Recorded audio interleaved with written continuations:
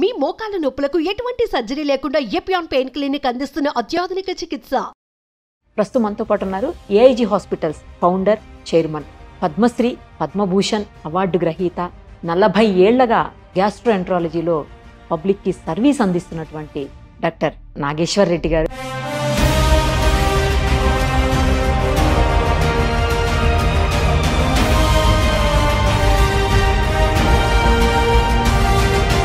ప్రస్తుతం మనతో పాటు ఉన్నారు. ఒక్కసారి ఆయనతో మాట్లాడదాం.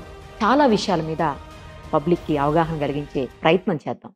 సార్ నమస్తే అండి, ఎలా ఉన్నారు సార్? బాగున్నా, చాలా హ్యాపీగా ఉంది సార్. నాకు ఇంతకు ముందు తెలియదు మీరు పద్మశ్రీ, పద్మభూషణ్ ఇవన్నీ కూడా ఎప్పుడు 2017లోనే మీకు ఉన్నాయని. జనరల్గా అవి చాలా హానర్గా ఫీల్ అవుతాము, అవి వచ్చినాయి అంటే గ్రేట్ అన్నట్టు. బట్ మీరు ఎక్కడా ఎప్పుడు చెప్పుకోరు, ఎందుకు సార్? ఎప్పుడు డౌన్ టు ఎర్తే ఉంటారు ఇంత ఎదిగినా కూడా మీరు. అంటే ఈ అవార్డ్స్ అన్ని కూడా మాకు ఇట్స్ బై ప్రోడక్ట్స్, మేము చేసే వర్క్ చేసుకుంటా ఉండాలి, బై ప్రోడక్ట్స్ వస్తుంటాయి అన్నమాట. సో దీనివల్ల మనము ఎమోషనల్గా అటాచ్ కాకూడదు అవార్డ్స్కి. వచ్చాయంటే సార్ రికగ్నైజ్ చేశారని హ్యాపీగా ఉండాలి, కానీ ఎక్కువ దీని గురించి మనం అటాచ్ అయ్యి దీని గురించి ప్రాపగేట్ చేసుకోవటం నాకు కరెక్ట్ అనిపించదు. జనరల్గా అవార్డ్స్ ఇచ్చేది రికగ్నిషన్ మాకు అదే గవర్నమెంట్ కానీ లేకపోతే మా మెడికల్ సొసైటీస్ కానీ ఉంటాయన్నమాట. నా బిలీఫ్ ఏమంటే చాలా వరకు మా మెడికల్ డాక్టర్స్ రికగ్నైజ్ చేసి ఇచ్చే awards are much bigger than జనరల్గా గవర్నమెంట్ ఇచ్చే అవార్డ్స్. కానీ అందరూ అనుకుంటారు పద్మశ్రీ, పద్మభూషణ్ అంటే పెద్ద అవార్డ్స్ అని. బట్ నా ప్రకారము దీనికన్నా కూడా అవార్డ్స్ మాకు గవర్నమెంట్ ఇచ్చే అవార్డ్స్ కన్నా కూడా మా సొసైటీస్, అంటే ఫర్ ఎగ్జాంపుల్ మాకు American society of gastroenterology Rudolf Schindler award అని ఇచ్చింది.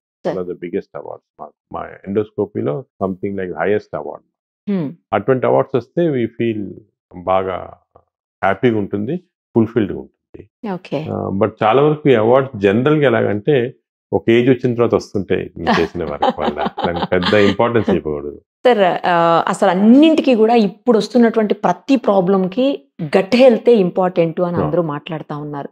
దాన్ని సరిగ్గా చూసుకోకపోవటం వల్లే రకరకాల హెల్త్ ఇష్యూస్ వస్తున్నాయి, అది చివరికి మరణాల వరకు దారితీసేటువంటి పరిస్థితులు.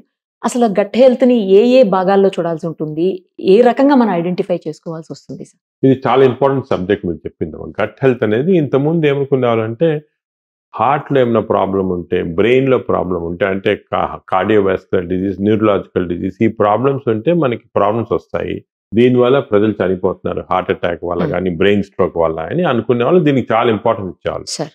ఫర్ ఎగ్జాంపుల్ 40 సంవత్సరాల క్రితం నేను గ్యాస్ట్రోఎంట్రాలజీ టేకప్ చేసినప్పుడు అందరు చెప్పారు ఈ సబ్జెక్ట్ని తీసుకున్నారు, దీనికి అసలు ఫ్యూచరే లేదు, అసలు మనకి గ్యాస్ట్రోఎంట్రాలజీ అంటే ప్రేగులకు సంబంధించింది, ప్రేగులకి ఏం ఫంక్షన్, తిన్న ఆహారం డైజెస్ట్ చేయటం, మన బాడీలోకి తీసుకెళ్ళటం అంతే, దానికి వేరే ఇంకేం లేదు, వాట్ ఈస్ ద ఇంపార్టెన్స్ అని. కానీ ఇప్పుడు మనకు తెలిసింది ఏమంటే మన హెల్త్ అంతా, కంప్లీట్ బాడీ హెల్త్ అంతా కూడా గట్లో కంట్రోల్ ఉంది. అంటే మన ప్రేగుల ద్వారా కంట్రోల్ ఉంది, అంటే మన హార్ట్ కూడా గట్ని కంట్రోల్ చేస్తుంది, అదేవిధంగా బ్రెయిన్ కూడా మన గట్టే కంట్రోల్ చేస్తుంది అని చెప్తాను. దాని గురించి చాలా ఇంట్రెస్టింగ్ రీసెర్చ్ జరిగింది.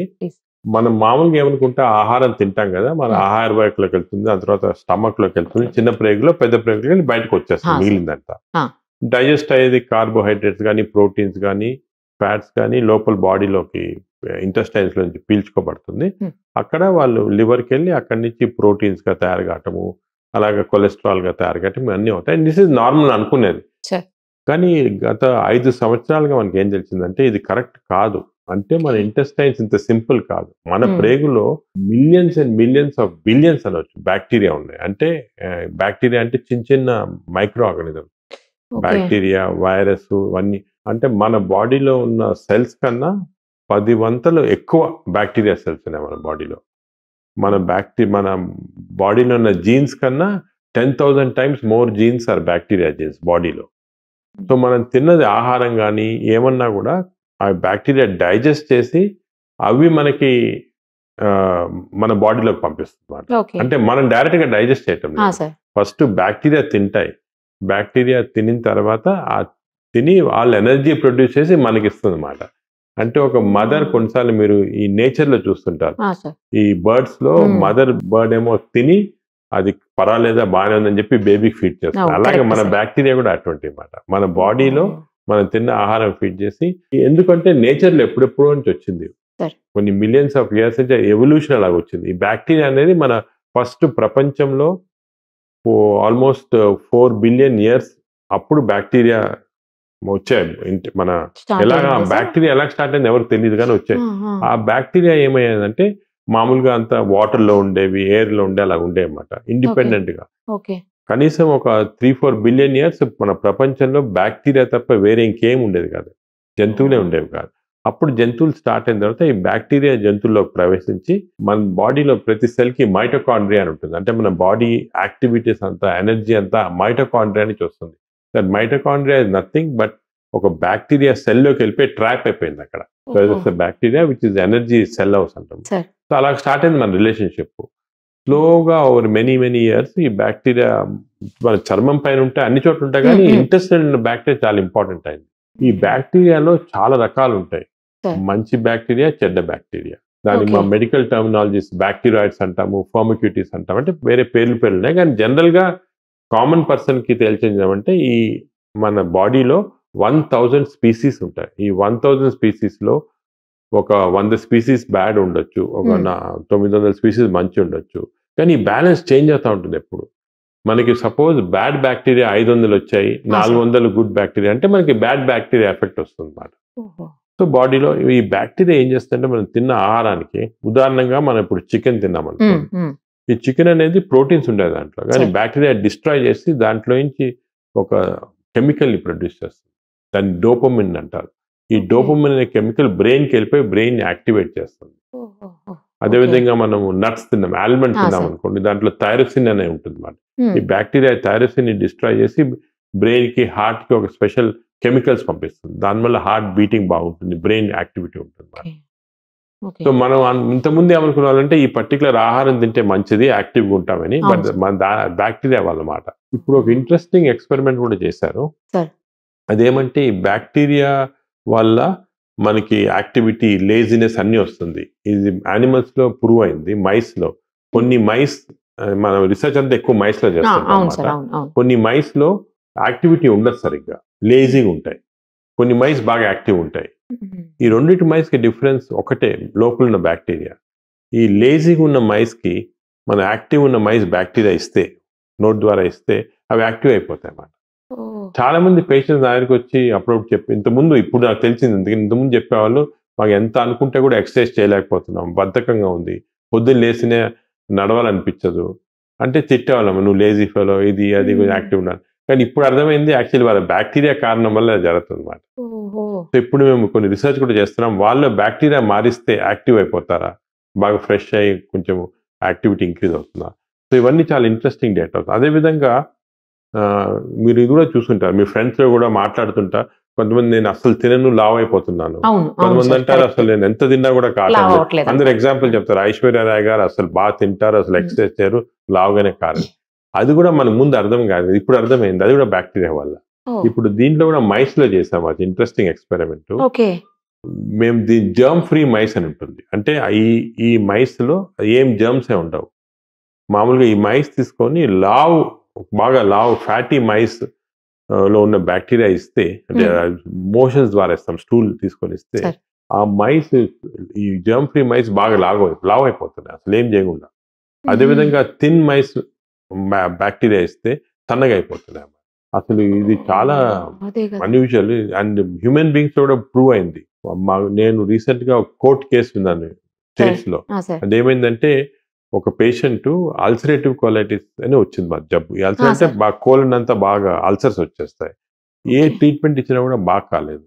బాగా ఇది లేటెస్ట్ ట్రీట్మెంట్ ఏమంటే హెల్తీ డోనర్స్ ఇచ్చి ఫీకల్ మైక్రోబయామ్ ట్రాన్స్ప్లాంటేషన్ అని ఎనిమా ద్వారా ఇస్తారు. అంటే హెల్తీ పర్సన్స్ ఇస్తే అప్పుడు అది నార్మల్ బాగా హీల్ అవుతుంది అన్నమాట, లేటెస్ట్ ట్రీట్మెంట్. సో ఈ పేషెంట్కి ఇచ్చారు, చాలా సీరియస్ పేషెంట్ బాగా అయిపోయింది, కంప్లీట్ నార్మల్ అయిపోయింది దీంతో. Great sir. అసలు నార్మల్ అయిన తర్వాత 3 months తర్వాత బాగా లావ్ అయిపోయింది. లావ్ అయిపోయిన పేషెంట్ అసలు ఎవరు బ్యాక్టీరియా ఇచ్చారు నాకు అని బ్యాక్ రికార్డ్, హాస్పిటల్ రికార్డ్ వెళ్తే ఆ బ్యాక్టీరియా ఇచ్చిన తర్వాత లావ్ ఉన్నాను. సో నేను దీనివల్ల డిజీజ్ బాగా అయిపోయింది, కానీ ఈ బ్యాక్టీరియా వల్ల లావ్ అని కోర్టు కేసు వేసింది హాస్పిటల్ పైన. ఆయన కోర్టు కేసు వేసి గెలిచింది. అంటే మన బ్యాక్టీరియా ఇంత ఇన్ఫ్లుయెన్స్ ఉంది బాడీలో. అదేవిధంగా కొన్ని కెమికల్స్ ప్రొడ్యూస్ చేస్తుంది. ఆ కెమికల్ పేరు TMAO అంటారు బ్యాక్టీరియా. ఈ కొన్ని బ్యాక్టీరియా వల్ల TMAO ఎక్కువైపోతే హార్ట్ ప్రాబ్లం వచ్చేస్తుంది. ఇంతకుముందు హార్ట్ అంటే మనం కొలెస్ట్రాల్ ఇది అని అవును సార్, అనుకున్నాం కదా, కరెక్ట్. కానీ అది కాకుండా ఇది మోస్ట్ ఇంపార్టెంట్ అయిపోయింది. మనం బ్యాక్టీరియా చేంజ్ చేస్తే హార్ట్ ప్రాబ్లమ్స్ తగ్గించవచ్చు. అది కూడా ఇప్పుడు కొత్త నాలెడ్జ్. అంటే మన గట్ హెల్త్ అంత ఇంపార్టెంట్. ఇప్పుడు అది heart, cardiac health, neuro health అందరూ అది మానేసుకొని గట్ హెల్త్ పైన కాన్సన్ట్రేట్ చేస్తున్నారు. ఎందుకంటే ఈ Okay. బ్యాక్టీరియాని మ్యానిపులేట్ చేస్తాం మనము. ఇది ఇంకోటి రీసెంట్ సైన్స్. జనరల్ గా పబ్లిక్ కూడా ఎవరికి తెలియదు. ఈవెన్ డాక్టర్స్ కూడా చాలా మంది తక్కువ తెలుసు. ఎందుకంటే అంతా కూడా లేటెస్ట్ రీసెర్చ్ ఇప్పుడిప్పుడే న్యూస్ లో వస్తుంది, పేపర్స్ లో వస్తుంది. మేము కూడా ఇక్కడ ఒక పెద్ద మైక్రోబయామ్ ల్యాబ్ అని సెటప్ చేస్తాం మన ఏఐజీలో. సార్. ఈ మైక్రోబయామ్ ల్యాబ్ లో we are now able to do genetic analysis of all the 1000 bacteria species. ఇంతకుముందు అది లేదు, టెక్నాలజీ లేదు, దానికే కనుక్కోలేదు మేము. అసలు బ్యాక్టీరియా అంటే ఏదో అనుకున్న వాళ్ళము, కల్చర్ చేసే వాళ్ళం, కొన్ని వచ్చేవి 30 స్పీసీస్ వచ్చాయి. ఇప్పుడు ఈ మెటాజీనోమిక్స్ అని కొత్త టెక్నాలజీ వచ్చింది, 1 year నుంచి అవైలబుల్ ఉంది. అది పెట్టి మేము were able to completely analyze అన్ని. దానికి ఇప్పుడు ఒక స్పెషల్ చెకప్ కూడా కొంతమంది మాకు వస్తున్నారు డిఫరెంట్ డిజీజ్ తోటి. ఏం అర్థం కాకపోతే గట్ బ్యాక్టీరియా చెక్ చేస్తున్నాం. 1000 స్పీసీస్ చెక్ చేసి ఇప్పుడు దాంట్లో మీకు ఈ బ్యాక్టీరియా ఎక్కువ ఉంది, దీనివల్ల లావ్ అవుతున్నాం, ఈ బ్యాక్టీరియా తక్కువ ఉంది, దీనివల్ల డైజెషన్ కావడం, అంత కంప్లీట్గా వేరే అనలైజింగ్ పెద్ద రీసెర్చ్ ప్రాజెక్ట్ చేస్తున్నాము. హెమ్స్లే అని ఒక న్యూయార్క్ ఇజ్రాయలీ కంపెనీస్ వాళ్ళతో పెద్ద రీసెర్చ్ ప్రాజెక్ట్ దాంట్లో. సో మనం ఇప్పుడు ఇంకోటి ఏమంటే దీంట్లో తమాషా, ఈ బ్యాక్టీరియా అనేవి ఒక దేశం నుంచి వేరే దేశానికి వేరేగా ఉంటుంది. మన ఇండియాలో ఉన్న బ్యాక్టీరియా వేరే, అమెరికాలో ఉన్న బ్యాక్టీరియా వేరే, అదేవిధంగా మన ఇండియాలో కూడా ఊర్లలో ఉన్న వేరే బ్యాక్టీరియా వేరే, విలేజెస్లో ఉన్న బ్యాక్టీరియా. సో మేము ఏం చేసామంటే ట్రైబల్ ఏరియాస్ ఉంటాయి కదా, మన కాకినాడలో ఉన్నాయి కొన్ని, అస్సాం ఏరియాస్, అక్కడ ఈ ట్రైబల్ ఏరియాస్ నుంచి అందరు బ్యాక్టీరియా చెక్ చేసాం ఇంటెస్టైన్స్ లో.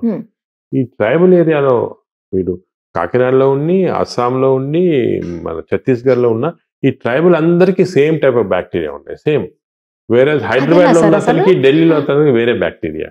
అది ఎలాగంటే ఈ ట్రైబల్స్ కూడా మనకి ఒరిజినల్ గా ఎవల్యూషన్ లో ఫస్ట్ వచ్చి ఒక చోట ఉండిపోయారు, అందరితో మిక్స్ కాలేదు. వాళ్ళ ఈటింగ్ హ్యాబిట్స్ అన్ని కూడా కంప్లీట్ ఐసోలేటెడ్ అయిపోయారు. మనం అప్పుడున్న బ్యాక్టీరియా అలాగే ప్రిజర్వ్ అయిపోయింది. మనం వచ్చామనుకో, ఇప్పుడు హైదరాబాద్కి వచ్చామనుకోండి, మన ఊర్లలో ఏదో ఇడ్లీ దోశ తినాలి, ఇక్కడ పిజ్జా హ్యాంబర్గర్ తినాలి, అంటే చేంజ్ అయిపోయింది. హ్యాబిట్ చేంజెస్ వల్ల ఒక చోట వేరేగా అయిపోయింది. But original bacteria is healthy bacteria. 1000 bacteria మంచి ఉండే మన బాడీలో. అన్ఫార్చునేట్లీ ఈ అర్బనైజేషన్ వల్ల బ్యాక్టీరియా చేంజ్ అయ్యి కొన్ని చెడ్డ బ్యాక్టీరియా ఎక్కువ కనిపిస్తున్నాయి. ఇప్పుడు ఇది కూడా మేము చూసినామంటే కొన్ని డిజీజ్ లో స్పెసిఫిక్ గా చాలా రీసెర్చ్ చేస్తున్నాం దీనిపైన. ఈ అల్సరేటివ్ కొలైటిస్ కానీ ఇవన్నీ కూడా ఊర్లలో ఉండేవి కాదు ఇంత ముందు. మన ఇప్పుడు మాకు పటాన్చేరు దగ్గర ఒక 20 విలేజెస్ మేము దత్తు తీసుకొని చేస్తున్నాం దానిపైన రీసెర్చ్, అక్కడ వర్క్ చేస్తున్నాం. అంటే ఫ్రీ హెల్త్ కేర్ అంతా ఇస్తున్నాం వాళ్ళకి. గత 20 సంవత్సరాలుగా ఫాలో చేస్తున్నాం. నేను ఫస్ట్ హైదరాబాద్కి వచ్చినప్పటి నుంచి 2000 నుంచి చేస్తున్నాం అక్కడ. ఈ 20 years లో వాళ్ళ బ్యాక్టీరియా కంప్లీట్ చేంజ్ అయిపోయింది. ఫస్ట్ వేరేగా ఉండేది, వాళ్ళకి ఇన్ఫెక్షన్స్ అవన్నీ ఎక్కువ ఉండేవి. ఈ లాస్ట్ 5-10 years కొంచెం గవర్నమెంట్ ఆఫ్ తెలంగాణలో బాగా వాటర్ సప్లై క్లీన్ చేసి అంతా చేశారు. చేస్తే ఆ ఇన్ఫెక్షన్స్ తగ్గిపోయాయి, బ్యాక్టీరియా చేంజ్ అయింది. కానీ ఇంకోటి ఏమైందంటే ఫాస్ట్ ఫుడ్స్ వచ్చేసాయి. అంటే ఇప్పుడు మీ ప్రతి చిన్న ఊరికి వెళ్తే కూడా ఒక ఇది ఉంటుంది, చిన్న కొట్టు ఉంటుంది, దాంట్లో చిప్స్, నూడిల్స్ అవన్నీ ఉన్నాయన్నమాట. సో దాంతో వాళ్ళకి బ్యాక్టీరియా చేంజ్ అయిపోయి వెస్టర్న్ బ్యాక్టీరియా వచ్చి ఇప్పుడు ఊర్లలో అంత బ్యాక్టీరియా, అమెరికాలో ఏ బ్యాక్టీరియా ఉందో ఆ బ్యాక్టీరియా ఉంది వీళ్ళకి. వచ్చి వాళ్ళకి అంతా డిజీజ్ కూడా అలాగే వస్తున్నాయి, కొలైటిస్ అని, కొత్త రకాలైన జబ్బులు వస్తున్నాయి ముందు లేని. సో అంత ఇంపార్టెంట్ అన్నమాట బ్యాక్టీరియా.